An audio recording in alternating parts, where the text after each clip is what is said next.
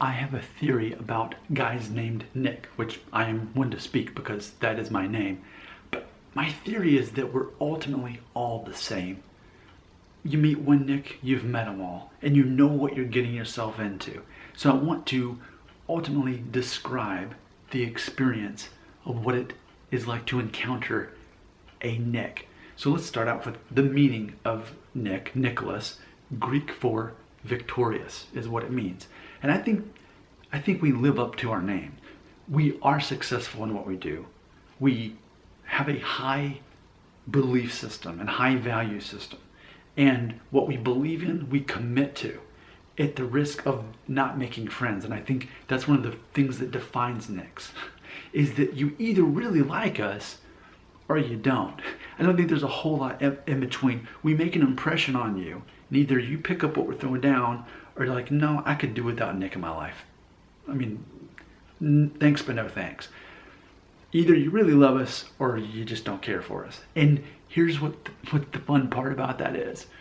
Nicks are so cool with that, because for a Nick, I'm thinking, I don't want everybody to like me. If everybody likes me, then maybe I'm doing something wrong. It's a matter of being completely comfortable knowing that I do not subscribe to the mainstream default logic of many people that I'm a good person. I don't see myself as a good person. I see myself as a person. I don't believe in good and bad people. I believe in people.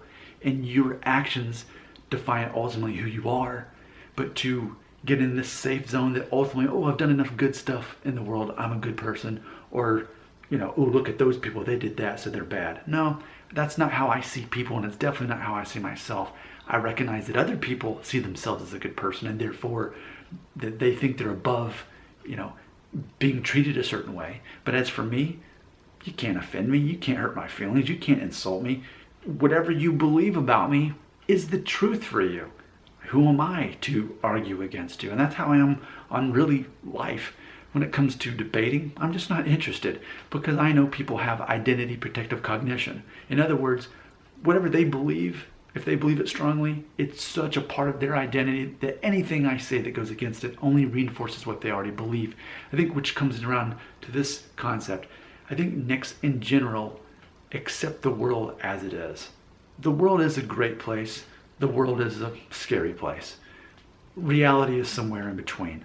So, and I say this symbolically, Nicks don't believe in Santa Claus. As far as if there's some kind of thing that most people believe in, Nicks question it.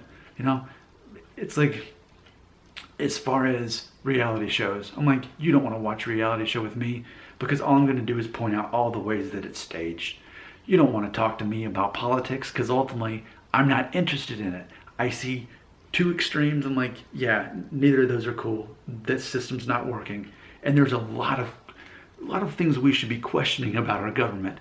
I mean, from the assassination of JFK to the Vietnam War to the fact that we're still at war in the Middle East, and the people who hijacked the planes on 9/11 are not actually from the countries that we've been attacking all these years. See, I'm that guy. I'm always questioning things, and I'm largely not impressed by things. I take things as they are. So as far as how I'm around people, yes, I'm very charismatic. The things that I care about, I care much about. But if you don't like the things that I care about, then I'm not going to waste breath talking to you about those things. It's like, I'm the kind of person where if you don't need me in your life, okay, that's cool. I don't need you in my life. I'm constantly sizing people up. I'm reducing them to psychology on what motivates them. And ultimately, I don't need anybody to like me. I'm the opposite of Michael Scott on The Office. He constantly, desperately needs people to like him and give him approval. As for me, I'm cool with a smaller circle of people in my life who actually appreciate me and need me. And if not, it's fine. I don't get angry or upset with people. It's just a matter of, I'm always thinking who belongs in my circle, who's worthy of my time, energy, money, emotions, etc. And if there's not room for you and you don't have room for me, no hard feelings. But I just feel that with a Nick, what you see is what you get. I'm going to tell you exactly what I think that we need to be communicating about.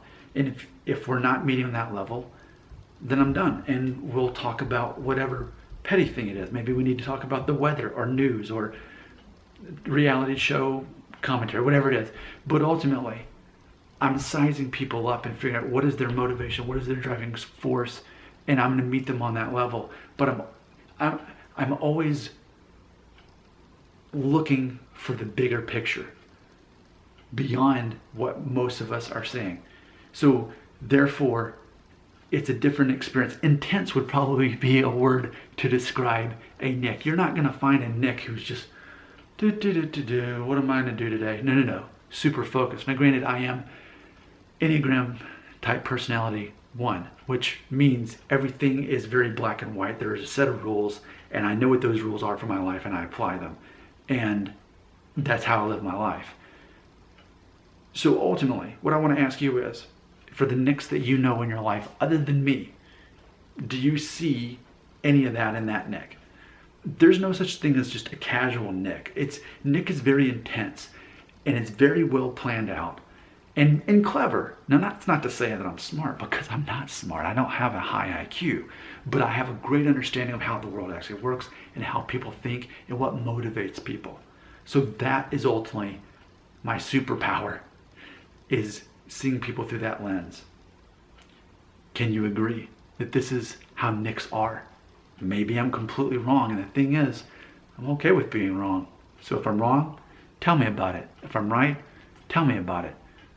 But I don't need your confirmation, so if you don't want to tell me about it, don't. Right here in the comments.